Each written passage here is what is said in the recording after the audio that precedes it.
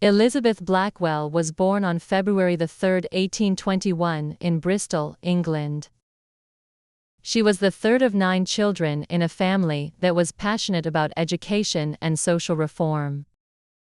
Her father, Samuel Blackwell, was a strong advocate for women's rights, including the belief that women should have access to education just like men.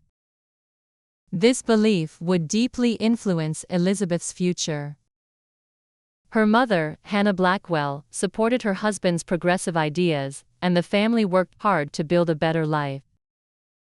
They were also involved in various charitable activities, including helping the poor and advocating for social justice. When Elizabeth was 11 years old, the Blackwell family moved to the United States. They settled in New York City, where Samuel hoped to improve their economic situation. However, tragedy struck when Samuel died of a sudden illness in 1838, leaving his wife and children to fend for themselves. Despite this, Elizabeth and her siblings carried on his legacy of progressive thinking and social reform. Growing up in New York, Elizabeth was encouraged by her family to pursue an education, even though, at the time, it was uncommon for women to have careers in fields like medicine. She had a natural curiosity and excelled in her studies. However, as Elizabeth grew older, she started to realize that societal expectations for women would likely limit her opportunities. Women were expected to marry, manage a household, and raise children. But Elizabeth felt that her life's calling was not in these traditional roles. At the age of 24, Elizabeth's path toward medicine began when a close friend of hers, who was suffering from a chronic illness, suggested that she should become a doctor. This friend was convinced that a woman doctor could bring a unique, compassionate approach to the healing process.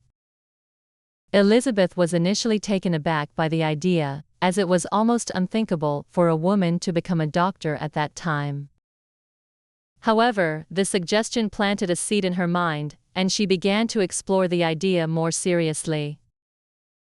After some time, Elizabeth made the courageous decision to pursue a career in medicine, despite the many obstacles she would face. In 1847, Elizabeth decided to apply to medical schools. She was rejected by many, as most schools were not open to admitting women. One medical school after another turned her down, often citing reasons like it is improper for women to study medicine or it is unnatural for women to be doctors. However, Elizabeth was undeterred. She kept seeking opportunities, and after much persistence, she received an acceptance letter from Geneva Medical College in New York. This moment in history was groundbreaking, as it marked the first time that a woman had been admitted to a medical school in the United States. Elizabeth's time at Geneva Medical College was difficult. The male students in her class often treated her with scorn, and some professors were openly hostile to her presence. In fact, one of her professors once asked her if she thought her fellow students would ever look upon her as an equal. Nonetheless, Elizabeth was determined to succeed. She threw herself into her studies, often staying up late into the night to study medicine, anatomy, and other subjects. Over the course of her education, Elizabeth proved to her classmates and professors that she was more than capable of becoming a doctor. Her hard work and perseverance paid off when she graduated with her medical degree in 1849, becoming the first woman to graduate from a medical school in the United States. Following her graduation, Elizabeth Blackwell faced the next hurdle, finding a place where she could practice medicine. At that time, few hospitals or medical institutions would hire a female doctor. Many people, including medical professionals, thought that women were not capable of doing the job.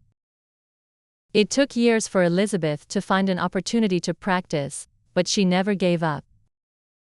In 1853, she traveled to Europe, where she continued to improve her medical knowledge. She studied in Paris at the La Maternité Hospital, a leading maternity hospital in France, and received further training in surgical techniques.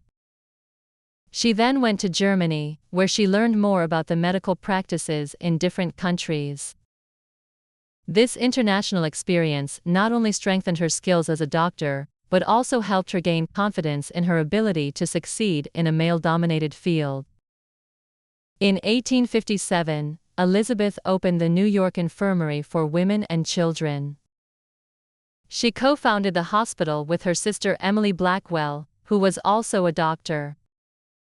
The hospital's mission was to provide medical care to women and children, particularly those from low-income backgrounds who did not have access to health care. Elizabeth served as the hospital's chief physician and worked tirelessly to ensure that the hospital was a success.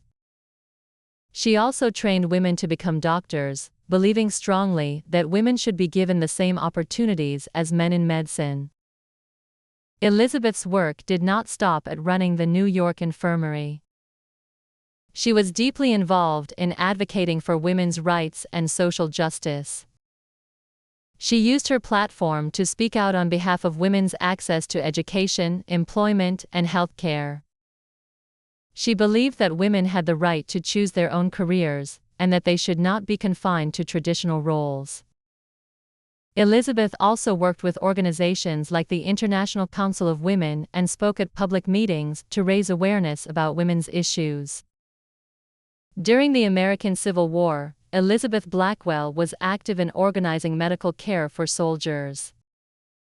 She encouraged women to serve as nurses, and her influence helped establish the United States Sanitary Commission, which provided medical support to the Union Army. She trained nurses and was involved in efforts to improve medical practices in the military. Her advocacy during the war earned her recognition from both the public and the medical community. Elizabeth's achievements were groundbreaking, but she also faced personal and professional challenges throughout her career. As one of the few women in medicine, she had to overcome widespread prejudice and skepticism. However, Elizabeth continued to forge ahead, believing in her ability to make a difference. Her efforts helped to open the door for future generations of women in medicine. In addition to her work as a doctor, Elizabeth also wrote and lectured on the importance of women's involvement in the medical profession. Her writings and speeches were influential in spreading her message about the value of women in medicine. She published a book called Pioneer Work in Opening the Medical Profession to Women in 1895, in which she discussed her experiences and the challenges she faced as a woman doctor. This book became a significant part of her legacy, and was read by many who were inspired by her story. Elizabeth Blackwell continued to advocate for women in medicine and social justice until her death. She lived a long life, reaching the age of 89. She passed away on May 31, 1910, in Hastings, New York. Elizabeth Blackwell's legacy lives on in the many women who followed in her footsteps and became doctors. Her work opened doors for women in medicine, and showed that women could excel in any field, no matter the barriers they faced. Elizabeth's life was a testament to perseverance, courage, and the power of breaking down societal norms. She was not just the first woman to become a doctor in the United States, she was a pioneer who fought for gender equality in the medical profession and beyond. Today, her contributions are celebrated, and her story continues to inspire new generations of women to pursue their dreams and overcome obstacles. Elizabeth Blackwell's legacy endures in the thousands of women doctors and healthcare professionals who carry on her work, proving that with hard work and determination, anything is possible.